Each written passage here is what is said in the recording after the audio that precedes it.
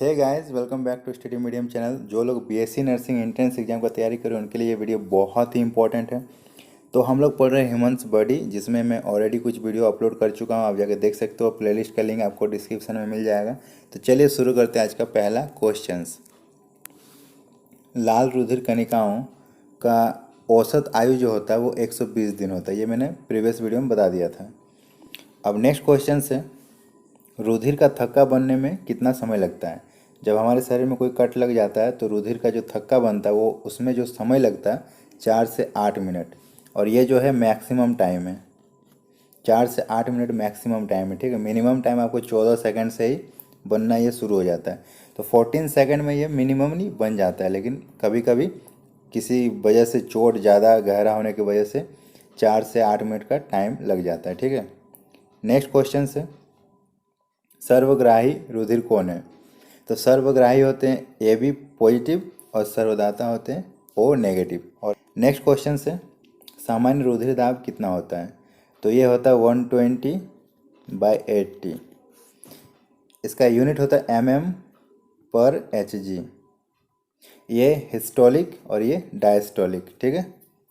Next question है, सामान्य नब्ज गति जन्म के समय कितनी होती है। तो जन्म के समय सामान्य नब्ज गति बहुत ज़्यादा होती है, बहुत ज़्यादा स्पीड रहती है, और वो होती है 140 बार पर मिनट, ठीक है। और यहीं जब 1 वर्ष की उम्र में कोई बच्चा रहता है, मतलब जन्म के बाद 1 साल तक कोई बच्चा, 1 साल का कोई बच्चा रहता है, तो उसमें भी ज़्यादा रहता है 120 बार पर मिनट, ठीक है। 1 साल के बच्चे में भी 120 बार देखा जाता है।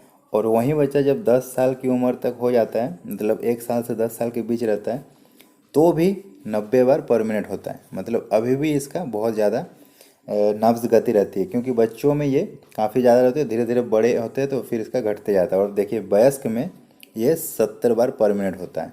मतलब जब एडल्ट हो जाओगे तो 70 टाइम्स पर मिनट, ओके। और जैसे ही नवजात शिशु होते हैं उसका 140, मतलब लगभग इसका डबल। आप ये देख सकते हो।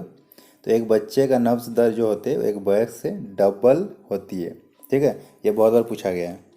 नेक्स्ट क्वेश्चन से, हृदय गति क्या होती है। तो हृदय गति आपको पता है 72 बार पर मिनट्स होती है। नेक्स्ट है, सबसे बड़ी धमनी। तो जो सबसे बड़ी धमनी होती है वो होती है एब्डोमिनल एरोटा। ये हमारी सबसे बड़ी धमनी होती है, abdominal aorta, okay. Next question से, ब्रिक का भार कितना होता है। एक किडनी का कितना होता है। तो एक किडनी का जो वेट होता है 150 ग्राम, मतलब ये 150 ग्राम का होता है एक किडनी, ओके। अब वहीं देखिए मस्तिष्क का भार कितना होता है। तो ब्रेन का जो भार होता है 1350 से 1400 ग्राम। ये एक्चुअल होता है 1350 से 1450 ग्राम, ठीक है। फीमेल में ये रेंज देखने को मिलता है और मेल में ये रेंज देखने को मिलता है, ठीक है। मेल का थोड़ा सा वेट ज़्यादा रहता है। इसका मतलब ये नहीं होता कि लड़कियां कमज़ोर होती है दिमाग से अकॉर्डिंग टू मेल, ऐसा नहीं है, ठीक है। नेक्स्ट क्वेश्चन से, मेरुदंड की लंबाई कितनी होती है। तो मेरुदंड की जो लंबाई होती है वो होती है 42 से 45 सेंटीमीटर। नेक्स्ट, क्रेनियल को तंत्रिकाओं की संख्या कितनी होती है। Very important. क्रेनियल तंत्रिकाओं की जो संख्या होती है वो 12 जोड़ी होती है, ठीक है। क्रेनियल तंत्रिकाओं की संख्या 12 जोड़ी होती है, ओके। नेक्स्ट है, स्पाइनल तंत्रिका की संख्या कितनी होती है। तो स्पाइनल तंत्रिका की संख्या 31 जोड़ी होती है, ओके।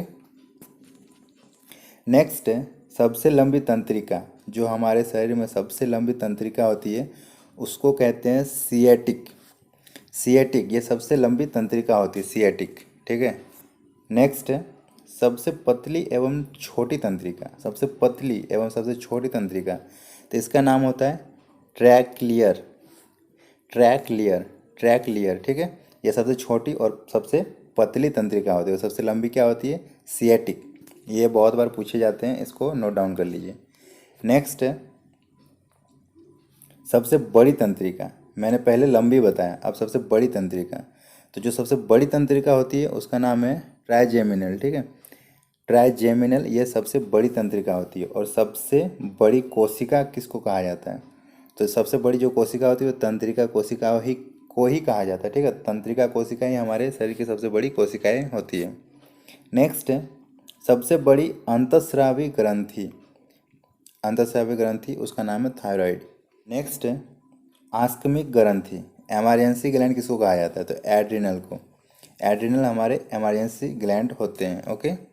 नेक्स्ट है सबसे छोटी अंतःस्रावी ग्रंथि। सबसे छोटी, मैंने अभी बड़ी बताया थायराइड, तो सबसे छोटी जो ग्रंथि होती है वो पिट्यूटरी ग्लैंड, मतलब पीयूष ग्रंथि, और इसको मास्टर ग्रंथि भी कहा जाता है। महिलाओं में मासिक धर्म का काल कितना होता है? तो ये 28 डेज का होता है। नेक्स्ट गर्भावस्था की अवधि कितनी होती है? तो ये एक्चुअल होती है 266 से 270 डेज का। ठीक है, ये एग्जैक्ट है, 266 से 270 दिन का होता है। ओके।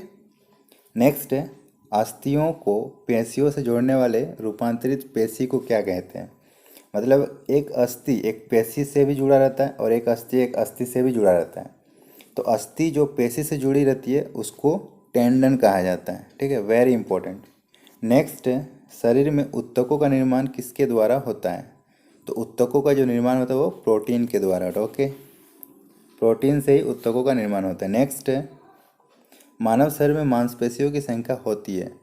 तो 639 मांसपेशियाँ होती है हमारे शरीर में। ओके।